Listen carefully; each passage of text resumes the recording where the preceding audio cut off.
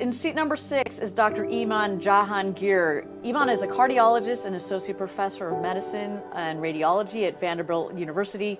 His flight today was made possible by MoonDAO, an organization whose mission is to accelerate a multiplanetary future. This is Eiman Jahangir, the first Nashvilleian in space.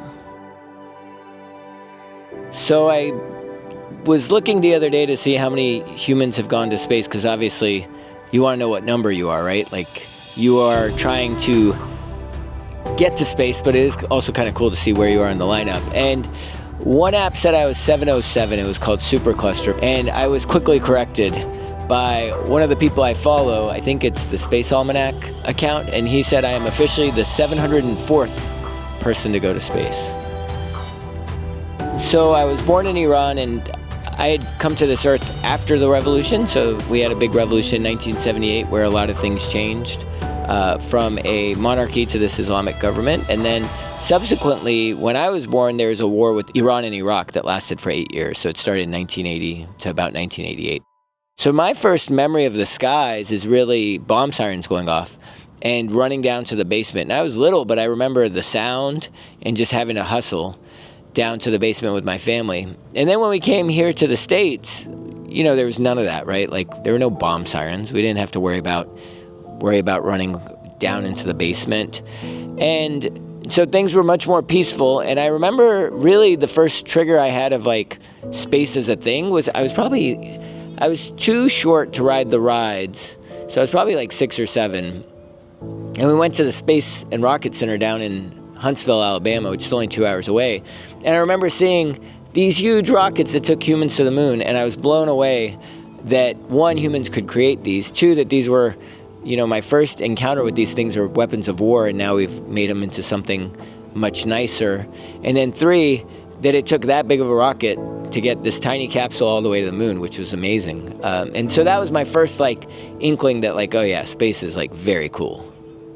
So I came to the United States as a 4-year-old, and we came to Nashville, Tennessee, from Tehran, Iran. So it was like moving from New York City to Nashville in 1984. There wasn't a lot going on here. But to me, it was always the place of both dreams, where, you know, a kid could come and dream big. We had a big family. We'd run around in each other's yards and imagine being whatever we wanted. In my case, it was being an astronaut.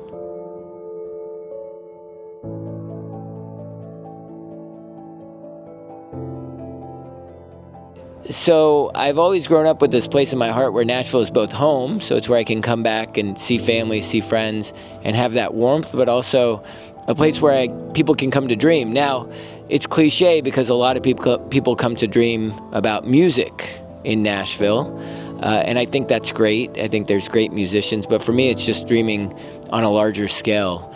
You know, whatever you could want is here, and so I think as a kid growing up, being surrounded by all that and being in a situation where education was always pushed on us, there's just the opportunities were endless. I think we're living in a great time for space, where we're in the second space age. If you look at what these private companies are doing now, you have SpaceX that is going and ferrying people back and forth to space. They're building the Starship Heavy, which is going to be like having a cargo ship that can take things to space at a much cheaper cost and take more humans to space. And that's going to happen in the next 5-10 years. We're definitely going to be seeing that going up and down. You have New Glenn being built by Blue Origin. And then you have other companies working on things, like Blue Origin's working on Orbital Reef, which is like a space station, private space station that they want to put up.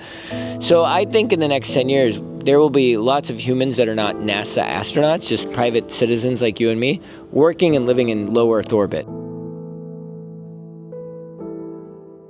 You're going to need all types of people when you're having space stations, because it's not just doing science, or, you know, you need artists to kind of draw the Earth or describe it. You need photographers and filmographers to really look and be able to represent that back to the people on Earth. You're going to need the maintenance crew. You're going to need the construction workers, the welders. I mean, anything you can think of, and that includes doctors, particularly if you're sending up people that are older or have more medical problems, which the hope would be that anyone who wants to go could go.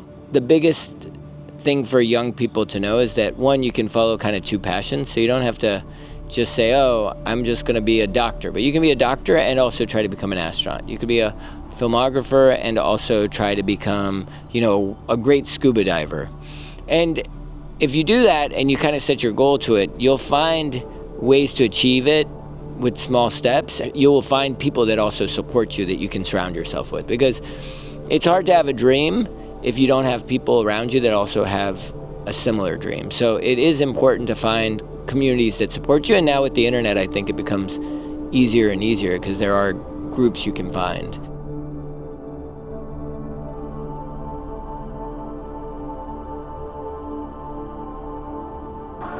Just start. 2, 1.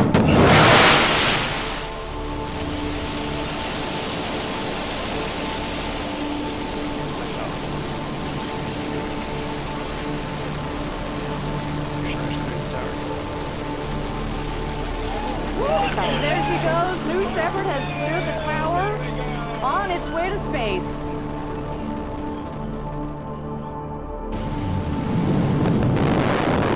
That gorgeous hover above the landing pad.